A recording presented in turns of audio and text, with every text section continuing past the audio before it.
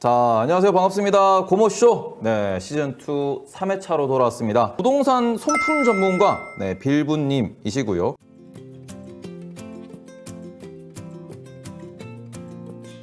자, 그럼 첫 번째로 일단은 부동산을 중심으로 투자를 하고 계시는데 부동산을 선택하신 이유가 무엇인지. 처음에 제가 집을 살 때 네. 계약금을 내지 않습니까? 그때 처음 집을 사면서 몇 천만 원이라는 돈을 통장에서 딱 보냈을 때 네. 사기 당할 수도 있지 않습니까? 잘 모르니까. 그죠. 그러니까 약간 두려움 반, 설렘 반. 그러면서 뭔가 카타르시스라고 해야 되나? 약간 뭔가 스릴이 있구나. 약간 이런 걸 느끼면서 네. 부동산 계약이란 게 이렇게 되는구나. 주력으로 투자하는 상품은 무엇인지. 지금은 아파트 위주로 하고 있고요. 뭐 그전에는 잠깐 뭐 토지들도 약간 투자를 해봤었고요. 네. 그리고 뭐 경매, NPL 정도도 해봤는데 네. 그냥 뭐 쉽게 사고 팔고는 아파트가 최고인 것 같더라고요. NPL은 뭐죠? 약간 부실 채권인데 네네네. 그런 것들은 뭐 지금은 솔직히 개인적으로 하기는 쉽진 않고요. 네네. 그냥 뭐 아파트 경매 뭐 봤을 때는 저는 그냥 아파트가 제일 쉽더라. 그러니까 사기도 쉽고 팔기도 쉽고. 네. 그래서 아파트 투자만 잘해도 네. 그냥 대기업 월급보다는 많이 벌 수 있다. 자, 그럼 일단은 부동산의 지금 뭐 투자 방법을 알아보기 전에 지금 부동산 이슈부터 조금 분석을 해봐야 될 것 같습니다. 네. 자, 일단 중요한 거는 뭐냐 그러면은 아무래도 가격이 좀 많이 떨어지고 있어요. 그렇죠. 그러니까 이 부분 때문에 지금 주식도 박살이 나고 있고, 그 다음에는 뭐 부동산도 다 박살이 나고 있고, 뭐 채권 시장도 박살 나고 있고, 자산이라고 이름 붙은 게 다 박살 나고 있다 보니까 이 관점에서 투자를 해도 되냐, 뭐 이런 생각이 좀 들만한데, 그렇죠. 이 부분에 대해 조금 어떻게 생각하시는지 좀 질문을 드리도록 하겠습니다. 그러니까 서울 아파트는 2013년도가 바닥이라 치면 네. 22년까지 네. 거의 한 8년, 9년 상승을 했어요. 이렇게 최장기간 오른 기간을 제가 본 적이 없어요. 나사이 그만큼 올랐어요. 좋네요. 언제가 바닥을 칠 것이냐 네. 라고 한 질문은 제가 해드릴 수 있는 답은 뭐냐면 네. 도시마다 다를 것이다 도시마다. 라는 게 제 답변입니다. 그럼 도시마다 다른 이유가 있을까요? 그러니까 솔직히 서울, 경기도 같은 경우는 정책적인 이슈가 상당히 큽니다. 솔직히 말해서 강남, 네. 압구정, 네.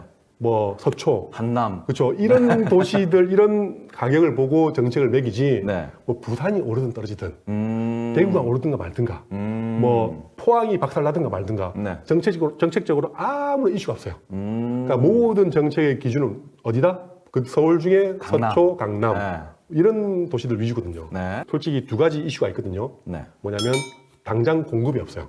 재개발 재건축을 막다 보니까 공급이 별로 없었습니다. 네. 지난 정부에서 상기 신도시를 발표했지 않습니까? 그렇죠. 근데 상기 신도시가 그게 그 주변 논밭을 밀고 택지를 만들어서 네. 아파트를 공급하는 거거든요. 네. 그러면 그것도 솔직히 시간이 오래 걸립니다. 네. 최소한 발표 후에 최소한 5년에서 10년 정도 걸리거든요. 네.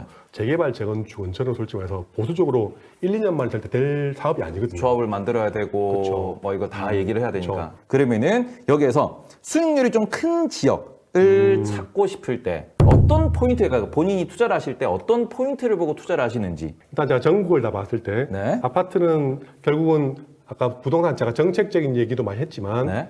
정책적인 것도 있지만 지방 같은 경우는 지금 규제가 다 풀렸지 않습니까? 네. 아파트 입주가 물량이 많냐 적냐에 그냥 갈리거든요. 신축의 공급량. 그렇죠. 공급이 네. 많으면 아파트 가격은 떨어진다. 왜냐하면 전세가 엄청 넘쳐나니까 네. 새 아파트. 그래서 전세 가격 자체가 상당히 많이 지금 하락을 하다 보니까 네. 매매가도 떨어지는 거예요. 네. 그러니까 서울, 경기도 같은 경우는 도시길이 어떻습니까? 도시길이 다다다닥 붙어 있죠. 네. 그러니까 내가 수원에 못 살면 네.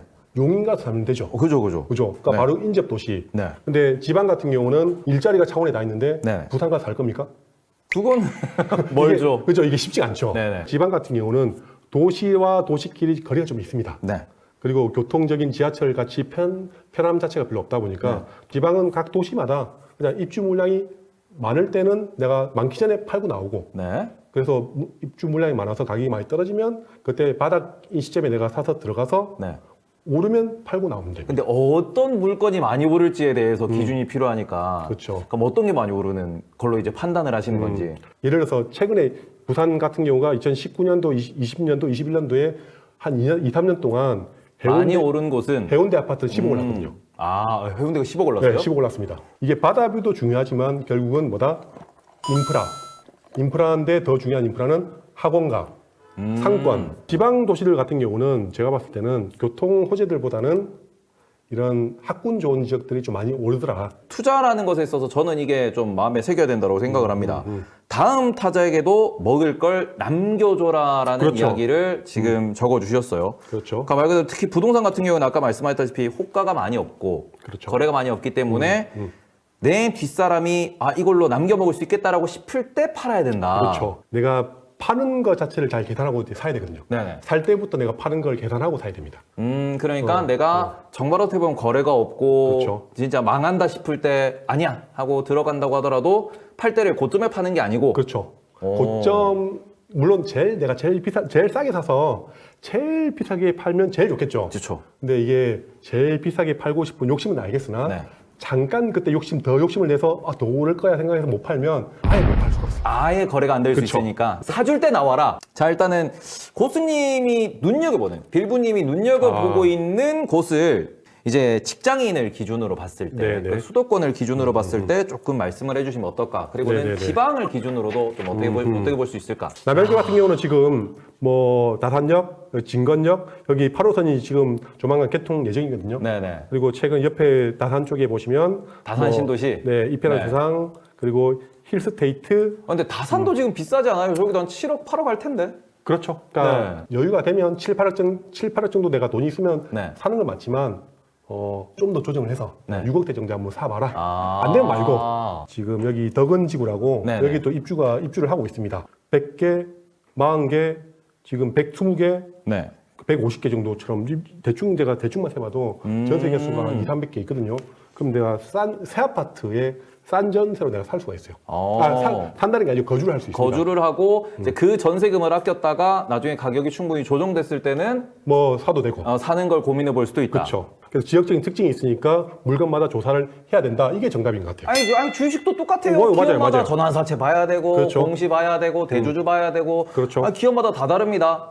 단지도 단지마다 도시마다 그렇죠. 봐야 한다. 그래서 좀 내가 지도를 보시면서 그리고 현장도 많이 가보시고 이런 지역은 이 지역하고 또 다른 지역하고 어떤 차이가 있는지 일자리적인 것도 그렇고 학군적인 것도 보시고 내가 뭐 교통적인 것도 보시고 좀 네. 많이 비교를 해야 되지 않나 네. 이렇게 생각합니다. 대세 하락장이기 때문에 지금 당장은 투자하기는 좀 어려울 수 있다. 다만 지금 같은 경우에는 실거주 하실 분들은 전세를 먼저 좀 우선시를 하고 그런 상황에서 내가 만약에 이제 좀 가격이 안정화됐을 때 갭 투자를 하고 싶다 그러면은 수요와 공급 그리고는 수도권은 인프라를 좀 우리 중요하게 생각을 하셔야 된다. 그리고는 이제 갭 투자를 하는 게 내가 적은 돈으로 큰 수익을 얻을 수 있는 만큼 리스크는 좀 따를 수 그렇죠, 있지만 맞습니다.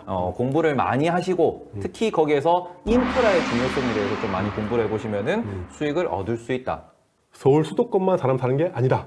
지방에도 할 수 있다. 그렇죠. 그러니까 서울 수도권이 가격이 떨어지고 있으면 네. 그리고 지방이 오른다고 하면 서울 수도권이 떨어지니까 지방의 모든 지역들도 다 안 좋을 거야라고만 그냥 넘기지 마시고 다른 지역들도 충분히 기회가 될 수 있다. 네. 일단은 고문쇼 시즌 2 3회 부동산 전문가 빌부님과 진행을 한번 해봤습니다. 소감 어떠신지 오늘?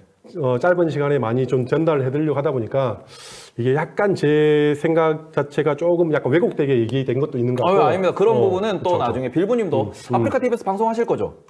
그쵸. 네네네네. 또 얘기를 할 거기 때문에 오늘 네네네네. 또 우리가 건질 게 상당히 많았다. 자, 그러면은 오늘 방송은 여기까지입니다. 저는 태버였고요. 예, 빌부였습니다. 감사합니다. 그러면은 다음에 뵐게요. 안녕!